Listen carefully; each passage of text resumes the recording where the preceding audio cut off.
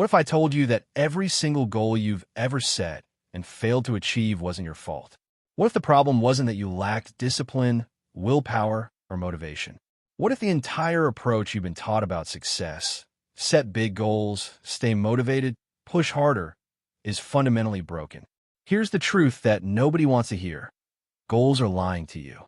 They promise you a destination, but they don't give you a map. They fill you with excitement for a few days, maybe a few weeks, and then they abandon you when life gets hard, when motivation fades, when the initial spark dies out, and you're left alone with nothing but your fading willpower and a growing sense of failure. You've felt this before, haven't you? You set a goal at the beginning of the year. Lose weight, build a business, learn a new skill, transform your life, and you were on fire. You believed this time will be different. You told everyone about it. You felt unstoppable. But then, slowly, quietly, without you even realizing it, you slipped. You missed one day, then two, then a week. You told yourself you'd get back on track tomorrow, but tomorrow never came. And now, months later, you're right back where you started, or worse, feeling like a failure, wondering what's wrong with you, why you can't seem to follow through on anything. But here's what you need to understand. You're not broken. You're not lazy. You're not lacking something that successful people have. You're just using the wrong strategy. You're playing a game you can't win because the game itself is rigged against you. Goals without systems are just wishes. They're fantasies. They're destinations without directions. And no matter how badly you want to get there, no matter how hard you try, you'll keep ending up in the same place, frustrated, exhausted, and defeated, until you change the approach. This audiobook is going to change everything you think you know about success. We're not going to talk about setting bigger goals or finding more motivation or hustling harder. We're going to talk about something far more powerful, far more reliable, far more sustainable: systems. Systems are the invisible architecture that hold your life together. They're the routines, the habits, the processes that run on autopilot and carry you forward whether you feel motivated or not. They're what separate people who achieve their dreams once from people who keep winning year after year, decade after decade, without burning out, without struggling, without relying on willpower that runs out the moment life gets difficult. When you build the right systems, success stops being something you chase and becomes something you live. It stops being a constant battle and becomes a natural outcome. You stop feeling like you're fighting against yourself every single day and start feeling like your life is finally working for you instead of against you. Over the next 10 chapters, I'm going to show you exactly how to build these systems. We're going to break down why goals fail without systems, how to shift from outcome obsession to process mastery, how to design daily routines that run on autopilot, how to eliminate decision fatigue, how to protect your focus in a world of distractions, how to track progress without burning out, how to create routines for health and energy that sustain long-term performance, how to continuously upgrade your skills and knowledge, how to stay consistent even when life falls apart, and finally, how to let your systems do the heavy lifting so success becomes inevitable. By the time you finish this audiobook, you won't just have information. You'll have a blueprint. You'll have a clear, actionable plan for transforming your life from the inside out. You'll understand why you've struggled in the past and exactly what to do differently moving forward. You'll have the tools to build a life that doesn't depend on motivation, luck, or perfect circumstances. A life that works because you've designed it to work, because you've built systems that carry you toward your goals automatically, consistently, powerfully. So if you're tired of setting goals and failing, if you're exhausted from constantly starting over, if you're ready to finally break the cycle and build something that lasts, then stay with me. This is not another motivational speech that leaves you feeling inspired for an hour and then forgotten by tomorrow. This is a system. This is a strategy. This is the difference between dreaming about the life you want and actually living it. Let's begin. Chapter 1. Why goals fail without systems. Most people set goals with the best intentions, full of excitement and motivation, believing that this time will be different. They tell themselves they're going to lose weight, build a business, learn a new skill, write a book, or completely transform their life into something they've always dreamed about. And for the first few days, maybe even the first couple of weeks, they're on fire. They wake up early, bursting with energy and determination. They push through the hard stuff without hesitation. They feel unstoppable, invincible even, like nothing in the world could slow them down. They share their goals with friends and family, post about it on social media, and feel a rush of pride just thinking about the person they're about to become. But then something shifts. Life gets busy. Work piles up. Unexpected challenges arise. The initial excitement that felt so powerful in the beginning starts to fade, like a fire slowly losing its flame.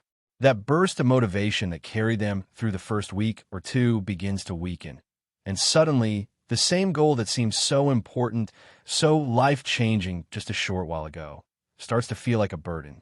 It feels heavy. It feels exhausting.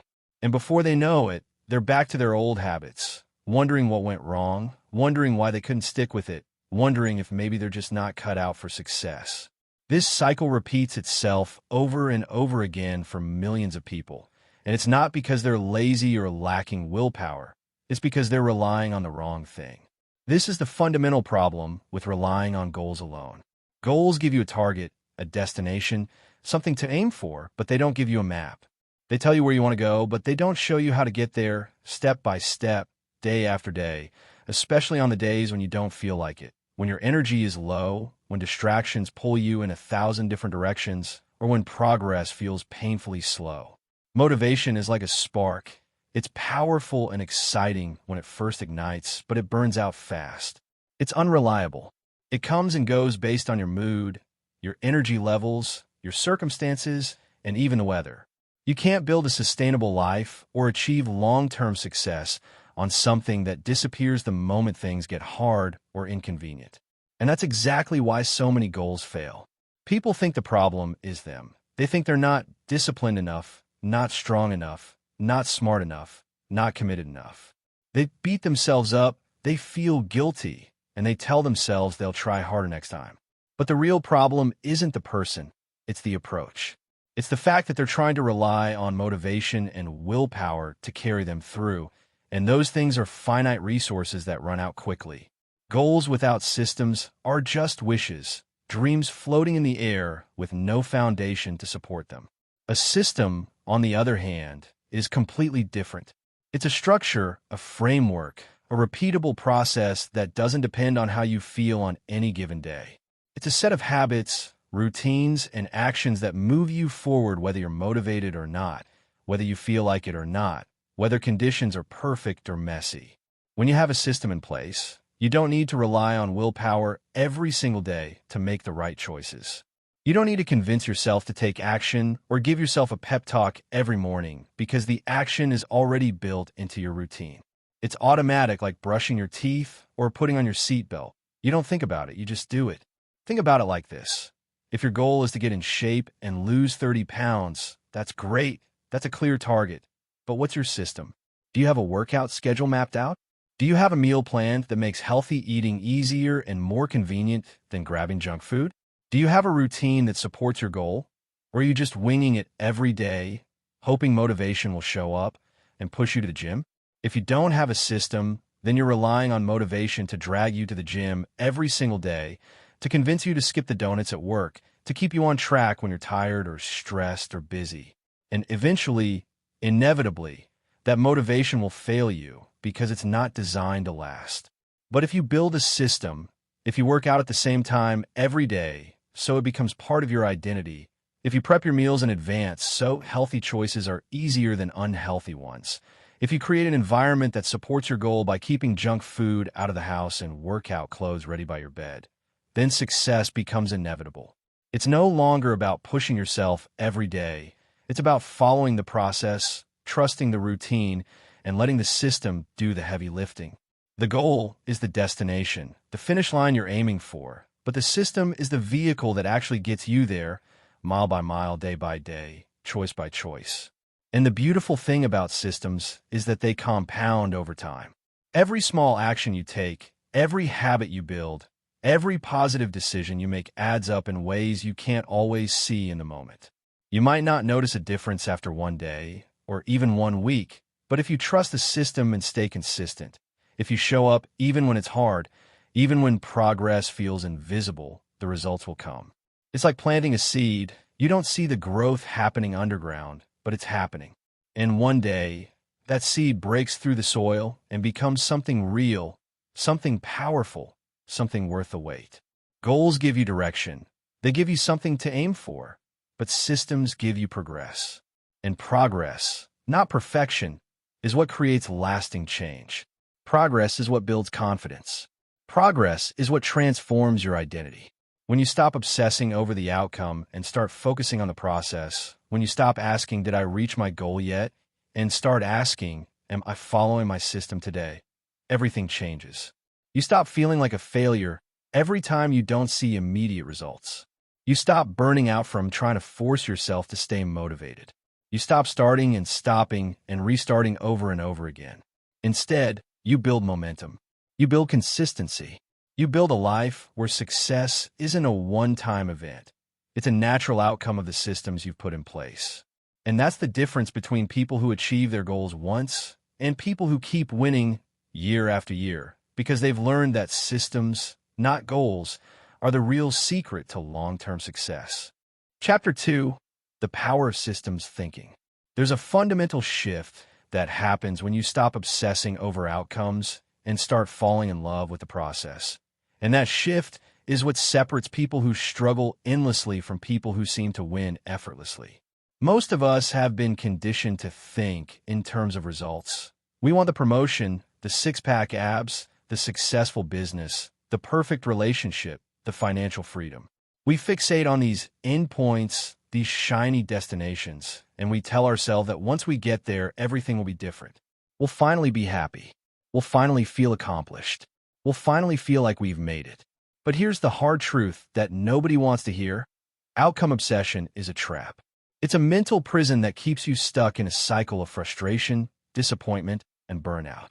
When you're obsessed with outcomes, you're constantly measuring yourself against a finish line that feels impossibly far away, and every day that you don't reach it feels like failure. You wake up thinking about how far you still have to go instead of celebrating how far you've come.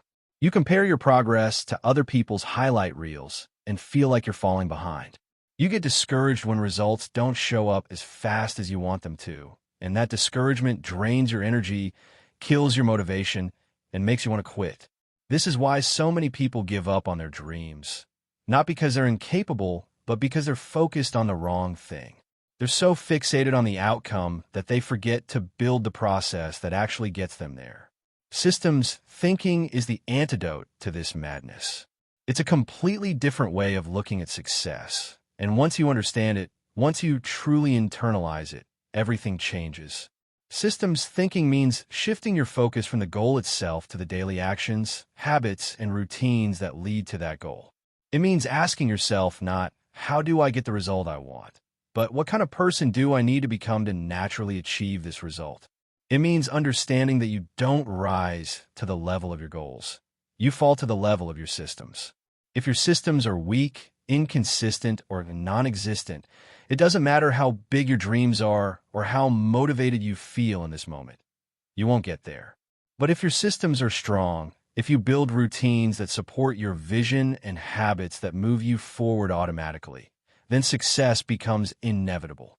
It's not a matter of if, it's a matter of when. Let's say you want to write a book. If you're stuck in outcome obsession mode, you're thinking about holding that finished book in your hands, seeing your name on the cover, imagining the praise and recognition you'll get when it's published. And every day that you sit down to write and don't finish the book, you feel like you're failing. You feel overwhelmed by how much work is still ahead of you. You start doubting yourself. You procrastinate. You get stuck. But if you shift to systems thinking, everything changes. Instead of focusing on finishing the book, you focus on writing 500 words every single day. That's your system. That's your process. You don't worry about whether those 500 words are perfect. You don't stress about how many more words you need to write before the book is done. You just show up, follow your system, and trust that if you keep doing it day after day, the book will eventually exist. And you know what? It will, because systems compound. 500 words a day doesn't sound like much, but over 30 days, that's 15,000 words. Over 6 months, that's 90,000 words, a full-length book. The outcome takes care of itself when you master the process. This is the power of systems thinking. It removes the pressure of needing to see results immediately. It removes the anxiety of not knowing if you're going to make it. It removes the emotional roller coaster of feeling motivated one day and completely defeated the next.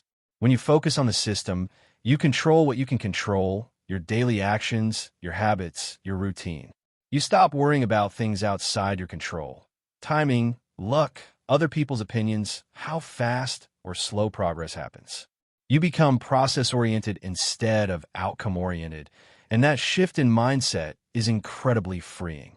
You stop feeling like every day is a test you need to pass. You stop measuring your worth by how close you are to the finish line. Instead, you start measuring success by whether or not you followed your system today. Did you show up? Did you do the work? Did you stick to the routine? If yes, then today was a win, regardless of whether you can see the results yet. And here's the thing that most people don't realize until they experience it. When you stop chasing outcomes and start trusting the process, the outcomes come faster and more naturally than they ever did before. It sounds counterintuitive, but it's true. When you're obsessed with the goal, you're tight, anxious, desperate. You're constantly second-guessing yourself, looking for shortcuts, getting distracted by faster paths or easier methods. But when you commit to a system and trust it fully, you relax. You stop wasting energy on worry and doubt. You stop jumping from one strategy to another. You just do the work consistently, patiently, confidently, knowing that the process works even when you can't see it working yet. Systems thinking also protects you from the trap of arrival fallacy, the mistaken belief that reaching a goal will make you permanently happy. How many times have you achieved something you thought would change your life, only to feel empty or restless a few weeks later? You got the promotion, but now you're stressed about the next level. You hit your weight loss goal, but now you're worried about maintaining it. You made the money, but now you want more. This happens because outcomes are temporary. They're moments in time, but systems are permanent. When you build systems, when you fall in love with the process of becoming better every day, you create a lifestyle that doesn't depend on external achievements to make you feel fulfilled. You find satisfaction in the daily practice, in the growth, in the person you're becoming through the process. And that kind of fulfillment lasts. So if you want to stop spinning your wheels, if you want to stop feeling like you're working hard but not getting anywhere, if you want to finally break through and achieve the things you've been dreaming about, you need to make this shift. Stop obsessing over outcomes. Stop measuring your success by how close you are to the finish line. Start building systems. Start focusing on the process. Start showing up every day and trusting that if you follow the right habits, if you stick to the routine, if you master the small things that nobody sees, the big results that everyone notices will take care of themselves. That's the power of systems thinking.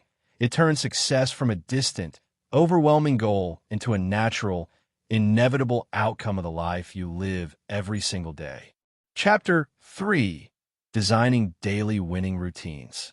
The secret to achieving anything meaningful in life isn't found in grand gestures, massive overnight transformations, or bursts of superhuman effort. It's found in what you do every single day when nobody's watching, when the cameras are off, when motivation has left the building and all you have left is the routine you've built for yourself. Your daily routine is the foundation of everything. It's the invisible architecture that holds your life together. It's what determines whether you move forward or stay stuck, whether you grow or stagnate, whether you become the person you want to be or remain the person you've always been. And here's the most important part.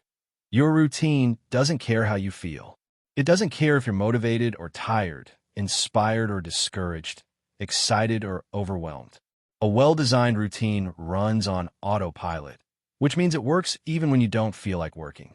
It carries you forward even when your willpower is depleted, even when life throws chaos at you, even when everything around you feels uncertain. This is why designing a daily winning routine is one of the most powerful things you can do for yourself. It removes the need to make decisions in the moment. It eliminates the mental drain of figuring out what to do next. And it creates a structure that makes success almost inevitable. Think about the most successful people you know or have read about. Athletes, entrepreneurs, artists, leaders, almost all of them have one thing in common. They follow routines.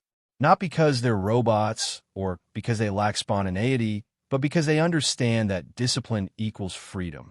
When you have a solid routine in place, you free up mental energy for creativity, problem solving, and the things that actually matter. You stop wasting time debating whether or not you should work out today, whether you should start that project now or later, whether you should check your phone or focus on deep work. The decision has already been made. The routine handles it. All you have to do is follow it. But here's the thing most people get wrong when they try to build a routine. They try to do too much too fast.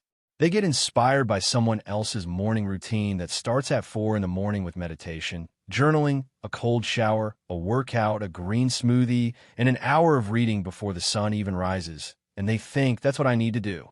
That's what successful people do. So they try to copy it, and for a day or two, maybe even a week, they stick with it. But then reality hits. They're exhausted. They hate waking up that early. They don't actually enjoy half the things in the routine. And within a short time, they abandon it completely and go back to having no routine at all.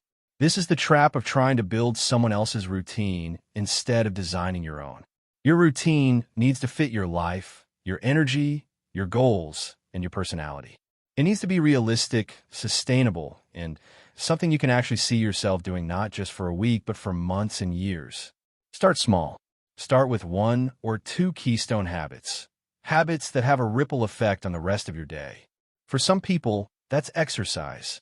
When they work out in the morning, they feel energized, they make better food choices, they're more productive at work, and they sleep better at night. For others, it's journaling or meditation, something that clears their mind and sets a positive tone for the day. For others, it might be as simple as making their bed every morning, because that one small act of discipline creates momentum and reminds them that there's someone who follows through. Whatever your keystone habit is, build your routine around it, and then layer on other habits gradually, one at a time, until the routine feels natural, until it becomes part of who you are rather than something you have to force yourself to do. The goal is to make your routine so automatic that it requires zero willpower. This is what autopilot means. It's when the action happens without you having to consciously think about it or talk yourself into it. You brush your teeth every night without debating whether or not you feel like it. You put on your seatbelt when you get in the car without thinking twice. These actions are automatic because you've done them so many times that they're wired into your brain. That's exactly what you want your winning routine to become.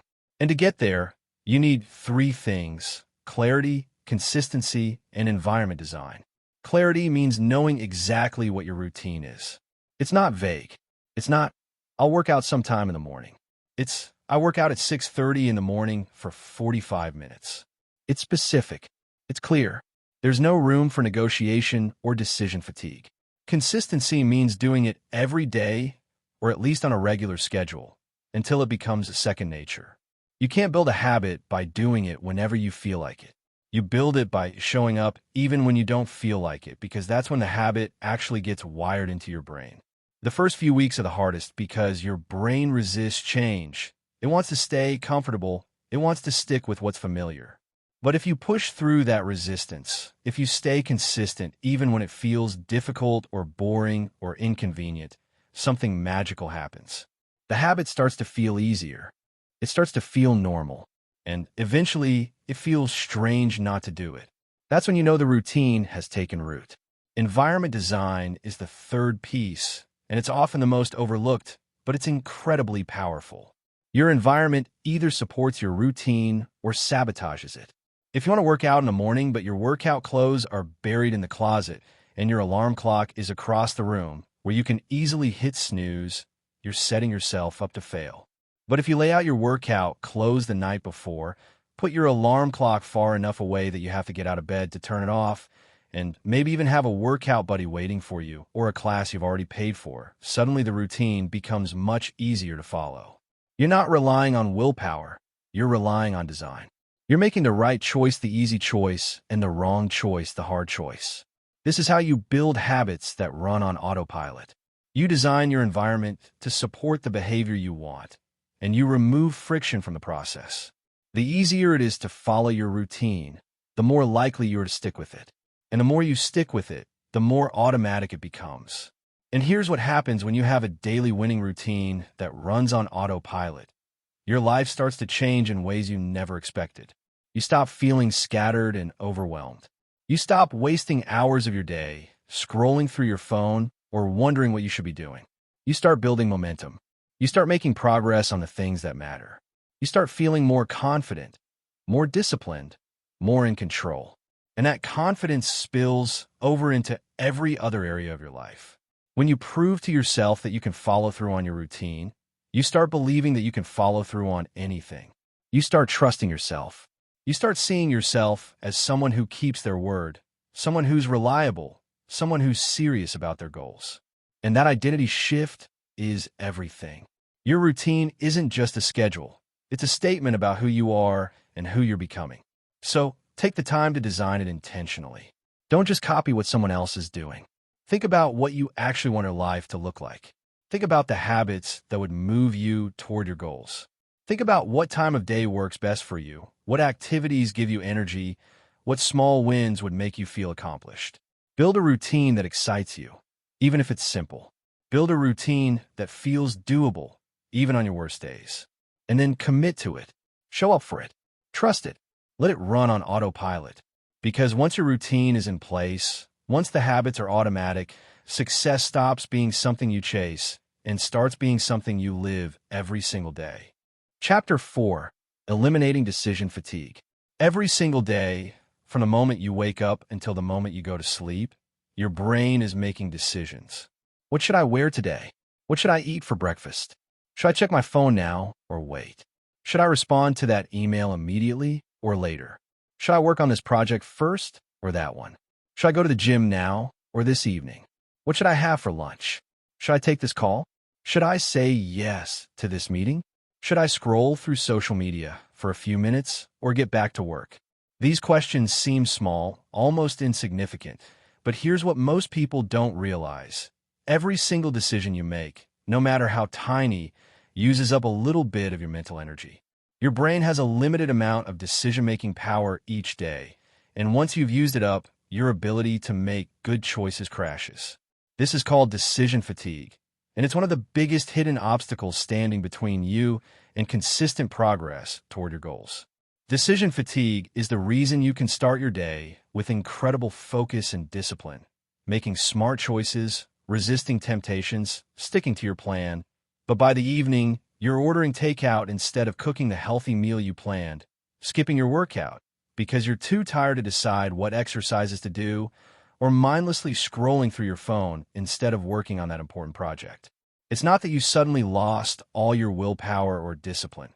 It's that your brain is exhausted from making hundreds of small decisions throughout the day, and it simply doesn't have the energy left to make one more good choice. This is why successful people, the ones who seem to have superhuman consistency and discipline, aren't actually relying on willpower at all. They're eliminating decision fatigue by designing their lives in a way that removes unnecessary choices. They simplify. They automate. They create systems that make the right decisions automatic, so their brain doesn't have to work so hard. Think about Steve Jobs, who famously wore the same black turtleneck and jeans every single day, or Mark Zuckerberg, who wears the same gray t-shirt and hoodie. People sometimes make fun of this, calling it boring or robotic, but these individuals understood something profound. Clothing is a completely insignificant decision in the grand scheme of their lives, and wasting mental energy on it every morning is a terrible use of their cognitive resources. By eliminating that one decision, they free up mental space for the decisions that actually matter, the ones that impact their work, their companies, their creativity, their vision. And you can do the same thing in your own life, even if you're not running a billion-dollar company. The key is to look at your daily life and ask yourself, where am I wasting mental energy on decisions that don't really matter? Where can I simplify? Where can I create a default option so I don't have to think about it anymore? Let's start with the morning, because that's where decision fatigue often begins. If you wake up and immediately start making decisions, what to wear, what to eat, whether to exercise, when to start work, You're draining your mental battery before the day has even really started. But if you eliminate those decisions the night before, if you lay out your clothes, prep your breakfast, decide on your workout, and set a clear plan for your morning routine, you wake up and simply execute. You're not deciding, you're following a system. And that saves enormous amounts of mental energy for the decisions that actually require thought and creativity. The same principle applies to food. How much time and energy do you spend every day deciding what to eat? Breakfast, lunch, dinner, snacks. If you're making those decisions fresh every single time, you're burning through willpower unnecessarily. But if you create a simple meal plan, even just for weekdays, suddenly those decisions are gone. You know exactly what you're eating, you can prep ingredients in advance. And when mealtime comes, there's no debate, no scrolling through delivery apps trying to figure out what sounds good, no standing in front of the fridge hoping inspiration will strike. You just eat what's on the plan. And because the decision is already made, you're far more likely to stick with healthy choices instead of defaulting to whatever's easiest or most convenient in the moment. This same strategy works for work and productivity. One of the biggest energy drains is constantly asking yourself, what should I work on next? If you start your workday without a clear plan, you'll waste the first hour or two of your most productive time just deciding what to do, getting distracted, checking emails, browsing the internet, convincing yourself you need more coffee before you can focus. But if you decide the night before or at the beginning of the week exactly what you're going to work on and when, you eliminate that decision. You sit down, you look at your plan, and you start working. No debate, no negotiation, no wasted energy. The work gets done faster and at a higher quality because your brain isn't tired from making a million micro decisions first. Another powerful way to eliminate decision fatigue is to create rules for yourself. Clear, non-negotiable guidelines that remove the need to decide in the moment. For example, instead of deciding every day whether or not you'll work out, create a rule. I work out every Monday, Wednesday, and Friday at 6 in the morning, no exceptions. Now it's not a decision anymore. It's just what you do. Instead of deciding every time you pick up your phone whether or not you should check social media, create a rule. I don't check social media until after I've completed my morning routine. Now the decision is already made, and you don't have to resist temptation in the moment because the rule handles it for you. These rules act like guardrails. They guide your behavior automatically, so you're not constantly relying on willpower to make the right choice. And here's the beautiful thing. The more you simplify your choices, the more consistent you become. Consistency isn't about having more discipline than everyone else. It's about having fewer decisions to make. When you remove unnecessary choices, when you create defaults and rules and systems that handle the small stuff, you free up your mental energy for the things that actually matter. You make better decisions at work. You're more creative. You're more present with the people you care about. You have the energy to tackle challenges and solve problems instead of feeling drained and overwhelmed by the end of the day. And consistency compounds. When you're consistent with your habits, when you're consistent with your work, when you're consistent with your health, you build momentum. You start seeing results. You start feeling more confident. You start trusting yourself more. And all of that starts with eliminating the decisions that don't matter so you can focus fully on the ones that do. So take a look at your life right now and ask yourself, where am I making the same decisions over and over again? Where am I wasting mental energy on things that could be automated or simplified? What rules could I create for myself that would make the right choice the automatic choice? What decisions could I make once in advance so I don't have to make them every single day? The answers to these questions will be different for everyone because everyone's life is different. But the principle is the same. Simplify your choices, reduce decision fatigue, and watch your consistency skyrocket. Because at the end of the day, success isn't about making 1,000 perfect decisions. It's about designing your life in a way that makes the right decisions easy, automatic, and inevitable. Chapter 5: Systems for Focus and Deep Work. In a world that's constantly competing for your attention, where notifications ping every few seconds, where emails flood your inbox, where social media algorithms are designed to keep you scrolling for hours, where everyone and everything seems to want a piece of your focus, the ability to do deep, meaningful, focused work has become a rare and incredibly valuable skill. Most people spend their entire day in a state of shallow work, jumping from task to task, responding to messages, attending meetings that could have been emails, multitasking their way through the hours, and wondering at the end of the day why they feel exhausted but can't point to anything significant they actually accomplished. This is the reality for millions of people, and it's not because they're lazy or incompetent. It's because they haven't built systems to protect their attention. They're living in reactive mode, letting the outside world dictate how they spend their time and energy, instead of taking control and creating space for the kind of focused, uninterrupted, deep work that actually moves the needle on their most important goals. Deep work is when you're fully immersed in a cognitively demanding task, when you're operating at the edge of your abilities, when you're creating something valuable, solving complex problems, learning difficult skills, or producing work that matters. It's the opposite of shallow work, which is all those little tasks that feel busy but don't really require much thought. Checking emails, scrolling through feeds, attending unnecessary meetings, organizing files, responding to non-urgent messages.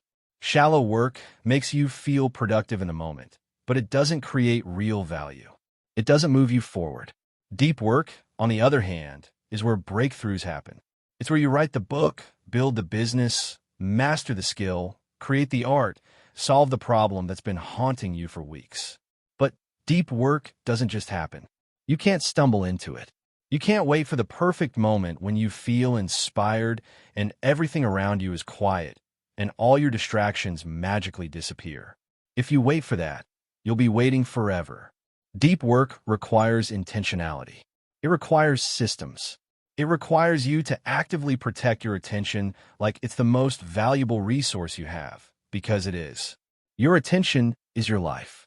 Whatever you give your attention to is what shapes your reality, your progress, your future. So if you're giving your attention to distractions, to things that don't matter, to the endless noise of the internet, then that's what your life becomes: scattered, shallow, unfulfilling. But if you build systems that protect your attention and create space for deep work, you reclaim control over your life and your potential.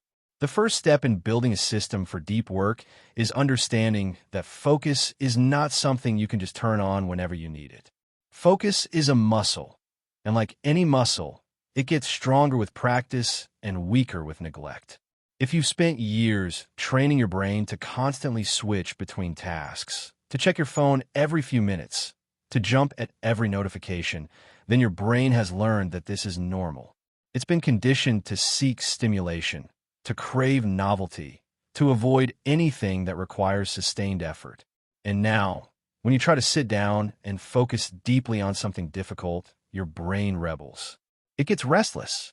It gets bored. It starts looking for an escape. This is why so many people struggle with focus. Not because they lack the ability, but because they've trained their brain to be distracted. The good news is you can retrain it. You can rebuild your capacity for deep work by creating systems that make focus the default and distractions the exception. Start by scheduling deep work sessions in your calendar, just like you would schedule a meeting or an appointment. This is non-negotiable time, sacred time, where your only job is to work deeply on one important task. It could be 2 hours in the morning, it could be 90 minutes in the afternoon, it could be whatever works for your schedule, but it has to be consistent and it has to be protected. During this time, you eliminate every possible distraction. Your phone goes on airplane mode or gets locked in another room. Your email is closed. Your browser tabs are closed except for the ones you absolutely need. Your door is shut. Your family or roommates know not to disturb you unless it's an emergency. You create a fortress around your attention so nothing can break through. And then you work, not half-heartedly, not while also checking messages or listening to podcasts or thinking about what you're going to eat for lunch, but fully, completely, with all your mental energy directed toward the task in front of you. At first, this will feel hard. Your brain will resist. It will try to convince you that you need to check your phone, that you should take a quick break, that this other task is more urgent, that you're not in the right mood for deep work today. But if you push through that resistance, if you sit with the discomfort and keep working, something shifts. your brain settles in, the noise quiets down, and you start to enter a state of flow where time disappears, where the work feels almost effortless, where you're operating at your highest level. This is what deep work feels like when you've built the system to support it. Another critical part of the system is batching shallow work so it doesn't constantly interrupt your deep work. Shallow work is necessary. You do need to respond to emails, attend some meetings, handle administrative tasks, but the key is to contain it. Instead of letting shallow work bleed into every hour of your day, batch it into specific time blocks. For example, you might decide that you check and respond to emails only twice a day, once at 11 in the morning and once at 4 in the afternoon. Outside of those times, your email is closed and you're not thinking about it. You might batch all your meetings into 1 or 2 days of the week, leaving the other days completely free for deep work. You might set aside 30 minutes at the end of each day to handle all the small, miscellaneous tasks that accumulated, so they don't creep into your focus time. By batching shallow work, you prevent it from fragmenting your attention and destroying your ability to go deep. You also need to be ruthless about saying no to things that don't align with your priorities. Every time you say yes to something, a meeting, a project, a favor, a distraction, you're saying no to something else, often without realizing it. You're saying no to the deep work that would actually move you forward. You're saying no to the time and energy you need to do your best work. So before you agree to anything, ask yourself, is this worth sacrificing my deep work time for? Is this more important than the goals I'm trying to achieve? If the answer is no, then the answer to the request should also be no. Protecting your attention means protecting your priorities, and that requires boundaries. It requires you to be comfortable disappointing people, turning down opportunities that sound good but don't serve your bigger vision, and accepting that you can't do everything. The most focused people aren't the ones who do the most. They're the ones who do the least, but they do it exceptionally well because they've eliminated everything else. You also need to design your environment to support focus. Your physical space matters. If your workspace is cluttered, noisy, or filled with distractions, you're making deep work harder than it needs to be. Create a space that's dedicated to focused work, even if it's just a corner of a room. Keep it clean and organized. Remove anything that doesn't serve the work you're trying to do. If you can, use environmental cues to signal to your brain that it's time to focus.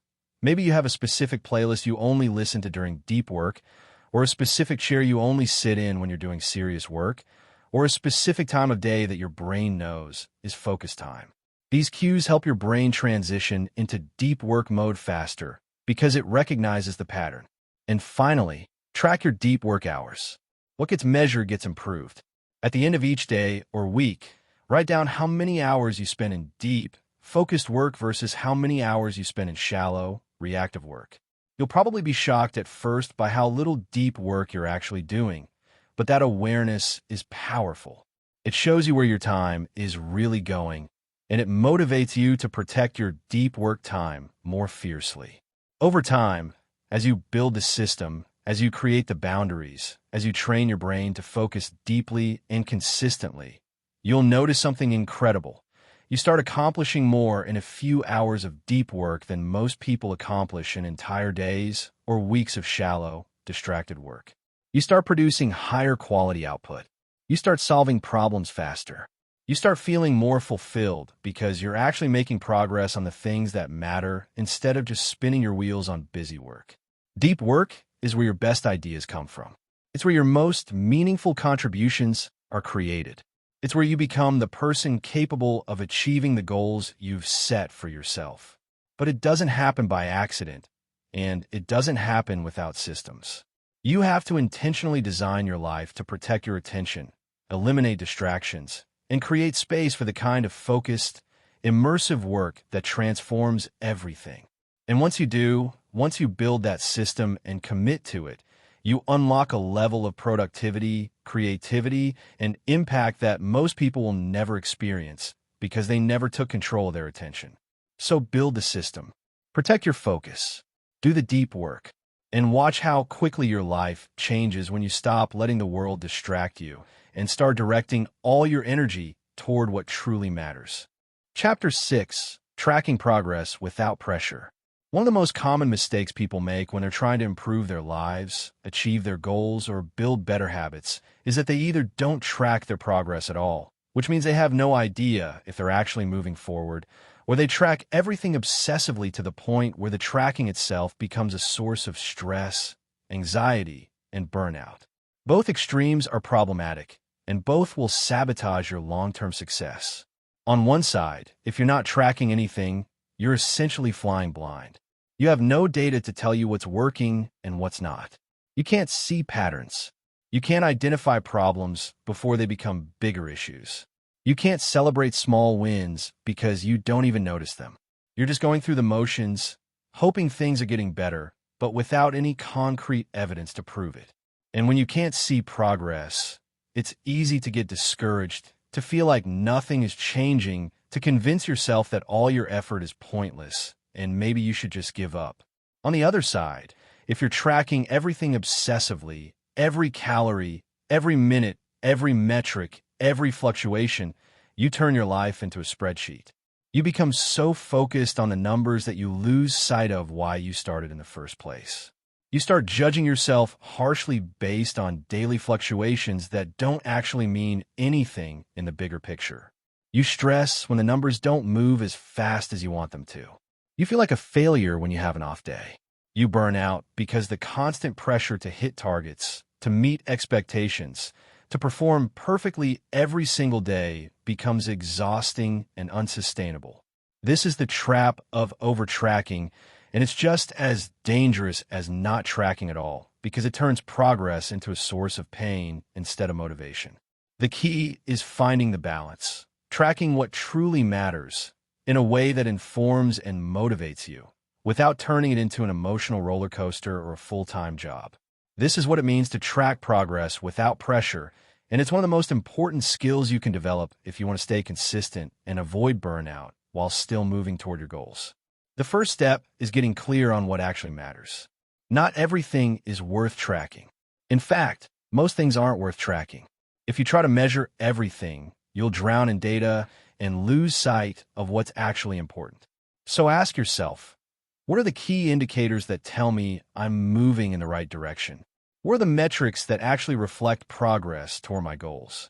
For example, if your goal is to get healthier, you don't need to track your weight every single day, your body fat percentage, your heart rate, your sleep score, your step count, your water intake, your macro ratios, and every workout stat. That's overwhelming.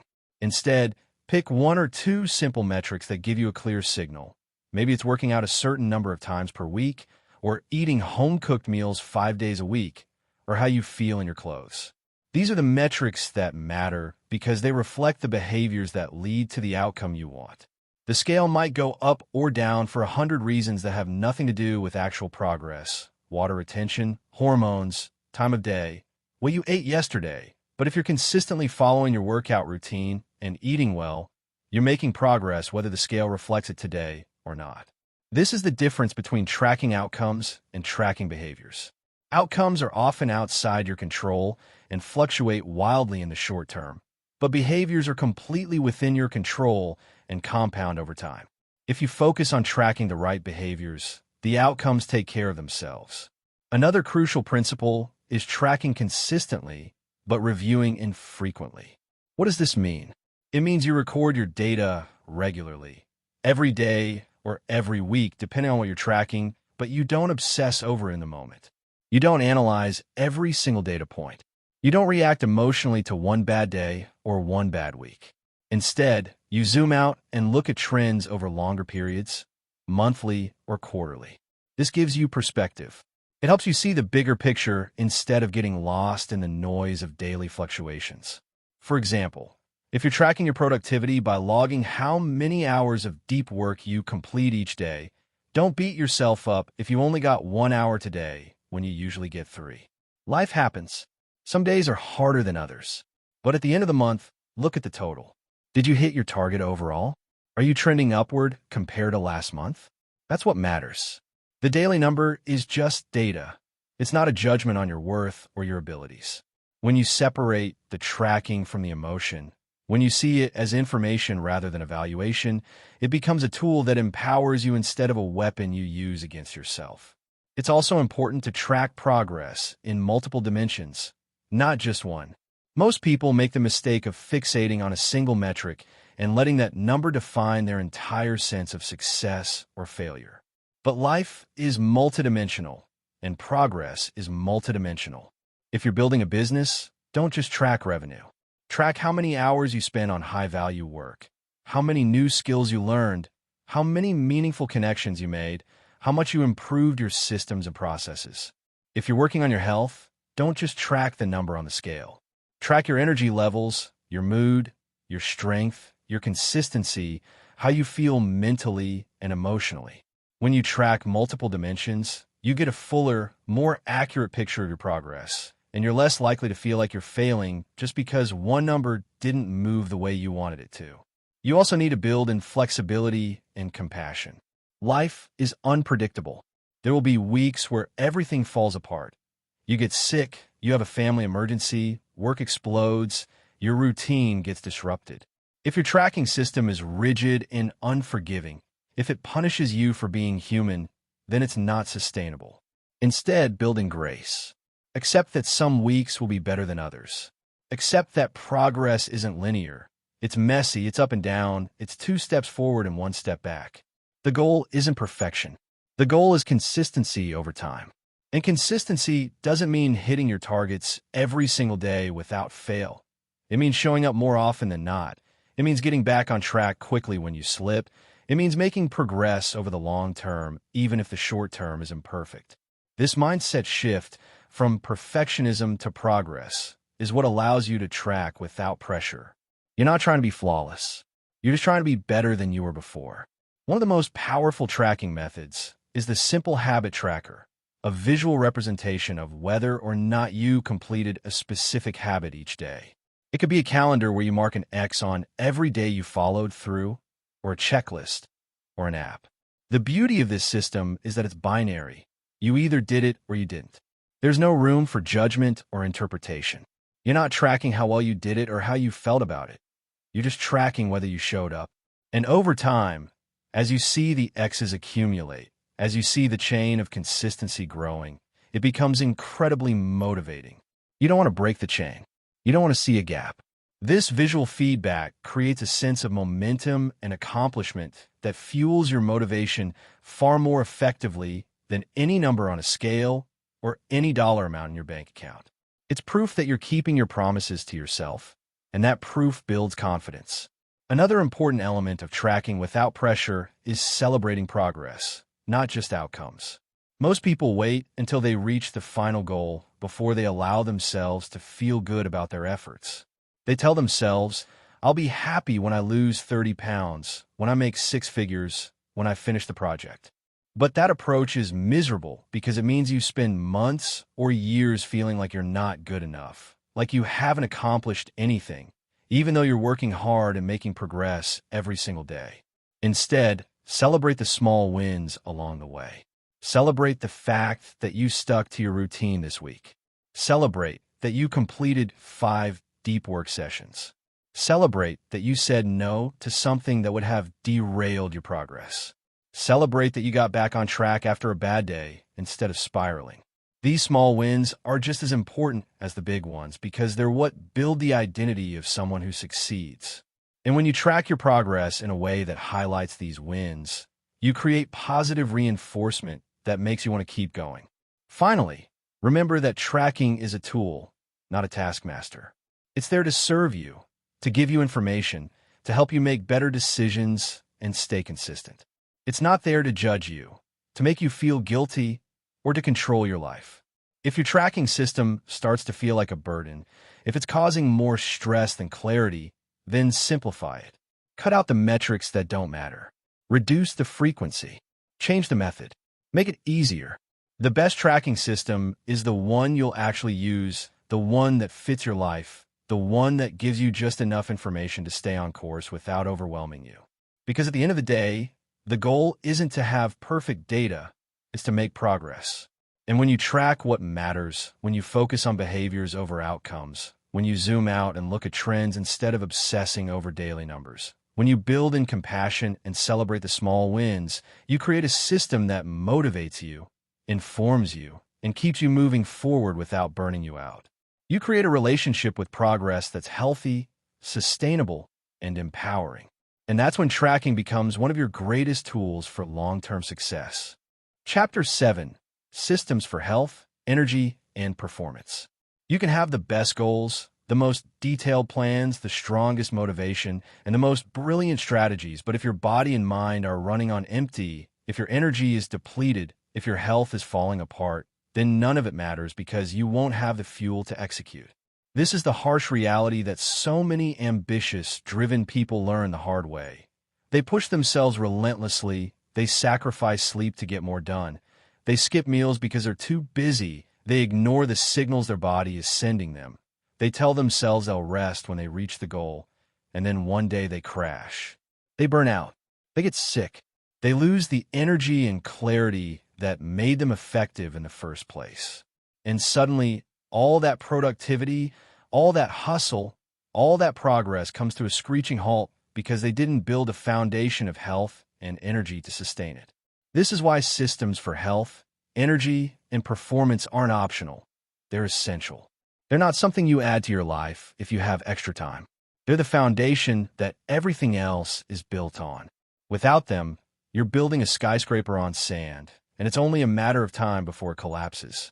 But when you prioritize your health, when you create routines that protect and amplify your energy, when you treat your body and mind like the high-performance machines they are, everything else becomes easier. You think more clearly. You work more efficiently. You handle stress better. You show up as the best version of yourself consistently, not just on the days when you happen to feel good. This is what separates people who burn bright and burn out from people who sustain excellence over decades. The first pillar of any health and performance system is sleep, and yet it's the first thing most people sacrifice when they get busy.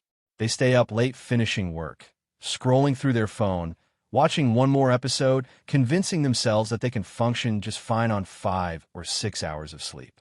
And maybe they can for a little while. But over time, chronic sleep deprivation destroys everything. It impairs your decision-making, weakens your immune system, increases your stress levels, kills your creativity, makes you irritable and emotional, slows your metabolism, and reduces your ability to focus and retain information. You're essentially trying to operate at peak performance with one hand tied behind your back. Sleep is not a luxury. It's not wasted time. It's when your brain consolidates memories, processes emotions, clears out toxins, and repairs itself. It's when your body recovers, builds muscle, regulates hormones, and recharges. If you're serious about performing at a high level, if you want sustained energy and mental clarity, then you need to treat sleep like the non-negotiable foundation it is. That means setting a consistent bedtime and wake time, even on weekends, so your body's internal clock stays regulated. It means creating a wind-down routine that signals to your brain that it's time to rest. Maybe that's dimming the lights, turning off screens an hour before bed, reading, journaling, meditating, whatever helps you transition from the chaos of the day to a calm, restful state. It means optimizing your sleep environment, keeping your room cool, dark, and quiet, investing in a comfortable mattress and pillows, removing distractions and blue light sources. These might seem like small details, but they add up, and they make the difference between waking up refreshed and ready to dominate the day versus waking up groggy, foggy, and dragging yourself through the morning. The second pillar is nutrition, and this is where people overcomplicate things to the point of paralysis. They get lost in debates about keto versus vegan, intermittent fasting versus 6 small meals, organic versus conventional, and they never actually build a sustainable system because they're too busy trying to find the perfect diet. Here's the truth. The perfect diet doesn't exist, but a good enough system that you can follow consistently will beat a perfect plan you can't stick to every single time. The goal isn't to eat perfectly. It's to eat in a way that fuels your energy, supports your health, and doesn't require you to think about every single meal like it's a calculus problem. Start simple. Focus on whole, unprocessed foods most of the time. Vegetables, fruits, lean proteins, healthy fats, whole grains. Drink enough water throughout the day so you're not constantly dehydrated and mistaking thirst for hunger or fatigue. Avoid the foods that make you feel sluggish, bloated, or mentally foggy. For most people, that's excessive sugar, fried foods, heavily processed junk. But everyone's body is different, so pay attention to how you feel after eating certain things. Build a rotation of meals that you enjoy, that are easy to prepare, and that make you feel good, so you're not constantly making decisions about what to eat. Meal prep if it helps. Batch cook on Sundays. Keep healthy snacks available so you're not reaching for garbage when you get hungry between meals. The key is creating a system that makes healthy eating the default, the path of least resistance, so you're not relying on willpower to make good choices when you're tired, stressed, or busy. The third pillar is movement, and this doesn't mean you need to become a bodybuilder or run marathons, unless that's what you genuinely want. Movement is about keeping your body functional, strong, and resilient so it can support you in everything else you're trying to do. Sitting for hours every day, which is what most modern work requires, is terrible for your body. It tightens your hips, weakens your core, strains your neck and back, reduces circulation, and drains your energy. You need to counteract that with regular movement. It could be strength training a few times a week to build muscle and bone density. It could be walking, running, cycling, swimming, anything that gets your heart rate up and your blood flowing. It could be yoga or stretching to maintain flexibility and prevent injuries. The best exercise is the one you'll actually do consistently. So find something you enjoy or at least don't hate and build it into your routine. And just like with everything else, make it a system. Schedule it. Put it on your calendar. Make it non-negotiable. Don't wait until you feel motivated, because motivation is unreliable. Have your workout clothes ready. Have a plan for what you're going to do. Eliminate the friction so it's easy to follow through. And remember, the goal isn't to punish your body or prove how tough you are. It's to take care of the vehicle that carries you through life so it stays strong, healthy, and capable for as long as possible. The fourth pillar, and one that's often overlooked, is managing your energy throughout the day, not just your time. Most people manage their schedule by filling every available hour with tasks, meetings, and commitments, but they don't think about their energy levels. They try to do deep, creative work when their brain is fried.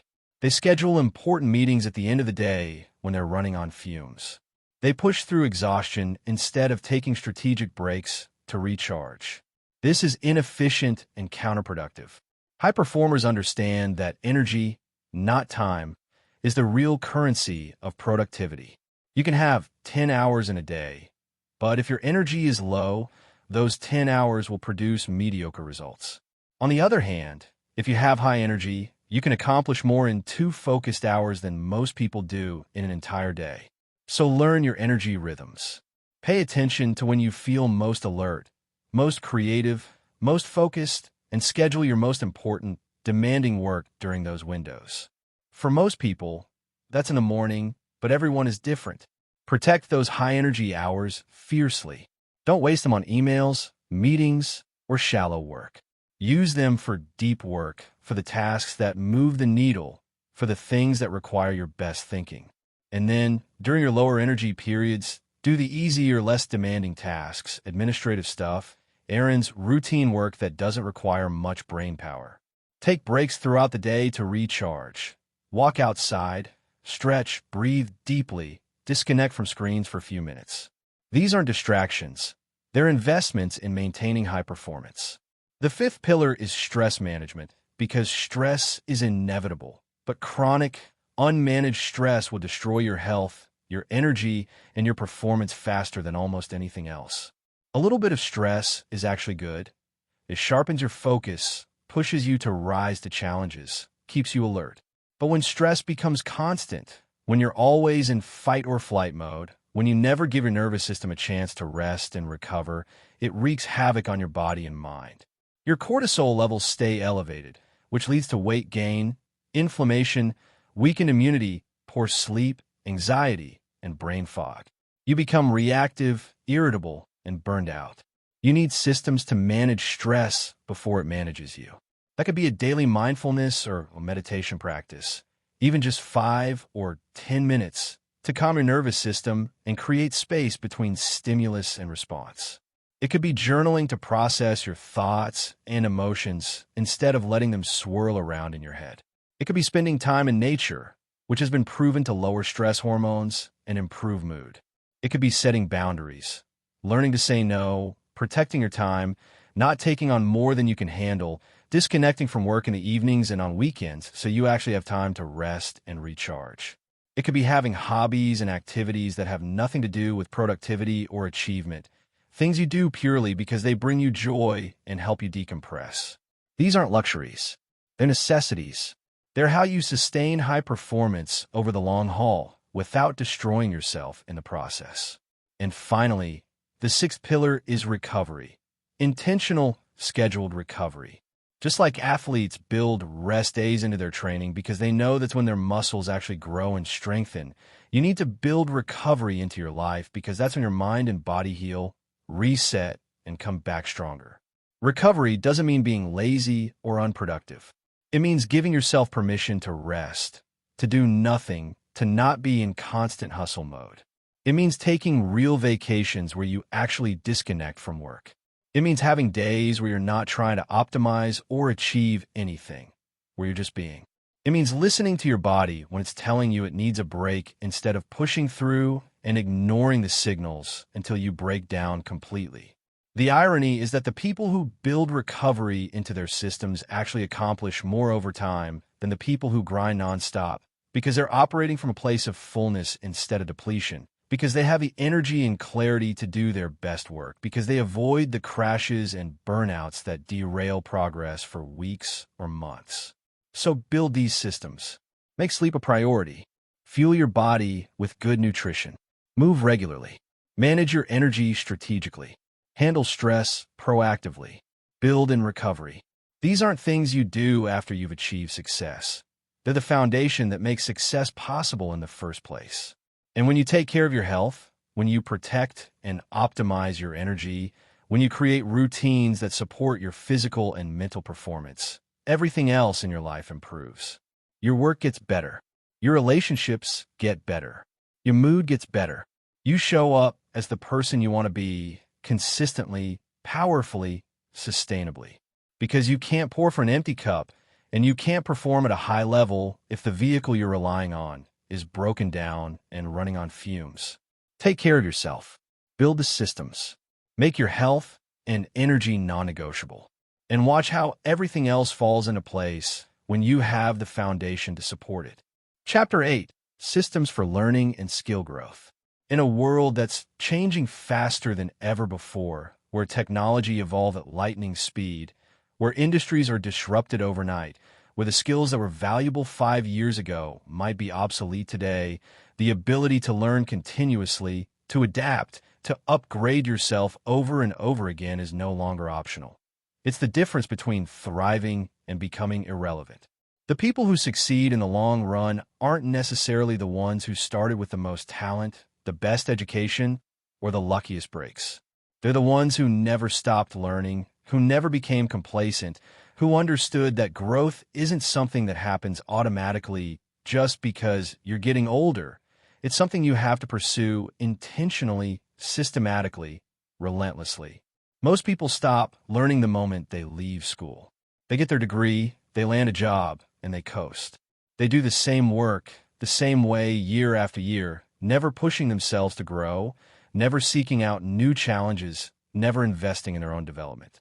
And then they wonder why their career stagnates, why younger people start passing them by, why they feel stuck and unfulfilled. The problem isn't a lack of opportunity. It's a lack of commitment to continuous growth.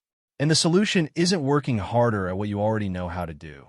It's building a system for learning and skill development that ensures you're constantly evolving, constantly improving, constantly becoming a more capable, more valuable, more interesting version of yourself. The first key to building a learning system is understanding that learning is not a phase of life. It's a way of life. It's not something you do for 4 years in college and then you're done. It's something you do every single day in small increments consistently until it becomes part of your identity. You're not someone who used to learn. You're someone who learns. And that shift in identity changes everything because it means you're always looking for opportunities to grow, always asking questions, always curious, always willing to be a beginner again, even in areas where you're already competent. This mindset, this orientation toward growth, is what separates people who plateau from people who keep ascending. The second key is being strategic about what you learn. You can't learn everything. There's infinite information out there, infinite skills you could develop, infinite books you could read, infinite courses you could take. If you try to learn everything that sounds interesting, you'll scatter your focus and make shallow progress in a lot of areas without ever developing real mastery in anything. Instead, you need to be intentional. Ask yourself, what skills would have the biggest impact on my life, my career, my goals right now? What knowledge would make me more effective, more valuable, more capable of achieving what I want? What am I genuinely curious about? Not because it's trendy or because someone told me I should learn it, but because it lights something up inside me. The intersection of impact and interest is where you should focus your learning efforts. These are the skills worth investing serious time and energy into, the ones that will compound over time and open doors you can't even see yet. For most people, this means focusing on a few core categories. Skills that directly improve your ability to create value in your work. Skills that improve how you think and solve problems. Skills that improve how you communicate and connect with others. And skills that improve your health, well-being, and quality of life. Within those categories, you get specific based on your unique situation, but the principle remains the same. Be selective, be strategic, and go deep rather than wide. The third key is building learning into your daily routine. So it's not something you do when you have extra time, because let's be honest, you'll never have extra time. Life will always fill up with other things. If you wait for the perfect moment to start learning, you'll wait forever. Instead, you need to schedule it, just like you schedule meetings or workouts. Maybe it's 30 minutes every morning before work where you read, watch educational videos, or work through an online course. Maybe it's your commute time, where instead of scrolling through social media or zoning out, you listen to podcasts or audiobooks that teach you something valuable. Maybe it's one evening a week dedicated to practicing a new skill, coding, writing, public speaking, playing an instrument, learning a language, whatever it is you're working on. The specific time doesn't matter as much as the consistency. Learning in small, regular doses over a long period of time will always beat cramming or sporadic bursts of effort, because learning is about repetition, about building neural pathways, about giving your brain time to process and integrate new information. It's not about how much you can absorb in one sitting. It's about how consistently you show up. The fourth key is applying what you learn as quickly as possible, because knowledge without application is just trivia. You can read 100 books, take a dozen courses, watch endless tutorials, but if you never actually use what you're learning, if you never test it in the real world, if you never struggle with it and make mistakes and figure out how to make it work in practice, then you haven't really learned anything. You've just consumed information. Real learning happens when you apply. It happens when you take the concept you just studied and try to use it in your work, your projects, your life. It happens when you write about it to solidify your understanding. It happens when you teach it to someone else, because teaching forces you to organize your thoughts and fill in the gaps in your knowledge. It happens when you build something, create something, solve a real problem using the new skill. This is called active learning, and it's exponentially more effective than passive learning. So whenever you're learning something new, ask yourself, how can I use this today? How can I practice this right now? What's the smallest experiment I can run to test this idea? The faster you move from theory to practice, the faster you actually develop competence. The fifth key is embracing the beginner phase and getting comfortable with being bad at things. This is where most people quit. They start learning something new, they're excited at first, but then they hit the frustration stage where it's harder than they expected, where they're making mistakes, where they feel clumsy and incompetent, and their ego can't handle it. They compare themselves to people who have been doing it for years and feel embarrassed. So they quit and move on to something else, something easier, something they're already good at. But here's the thing. Everyone who's great at anything was terrible at it once. Everyone started as a beginner. Everyone went through the awkward, frustrating, humbling phase where they didn't know what they were doing. The difference is that the people who became great pushed through that phase instead of quitting. They accepted that discomfort is part of the process. They were willing to look foolish, to ask dumb questions, to fail repeatedly, because they knew that's the only path to mastery. So when you're learning something new, expect it to be hard. Expect to struggle. Expect to feel like you're not good enough. That's not a sign that you should quit. It's a sign that you're growing, that you're stretching beyond your current abilities, that you're in the zone where real learning happens. Lean into it. The sixth key is learning from multiple sources and perspectives, because no single teacher, book, or course has all the answers. Different people explain things differently, emphasize different aspects, have different experiences and insights. If you only learn from one source, you get a limited, potentially biased view. But if you learn from many sources, books, courses, mentors, peers, videos, articles, real-world experience, you get a richer, more nuanced understanding. You start to see patterns. You start to synthesize ideas from different fields and create new connections. You develop your own perspective instead of just parroting what one person taught you. This is how you become not just knowledgeable, but wise. So diversify your learning. Read widely. Learn from people who disagree with each other. Seek out different disciplines and see how they approach similar problems. Cross-pollinate ideas.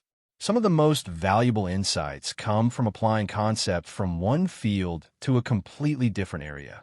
The seventh key is reviewing and reinforcing what you've learned, because your brain forgets. It's not a flaw, it's just how memory works. If you learn something once and never revisit it, most of it will fade within days or weeks. But if you review it regularly, if you space out your repetitions over time, you move that knowledge from short-term memory into long-term memory, where it becomes permanent and accessible. This is called spaced repetition, and it's one of the most powerful learning techniques that exists.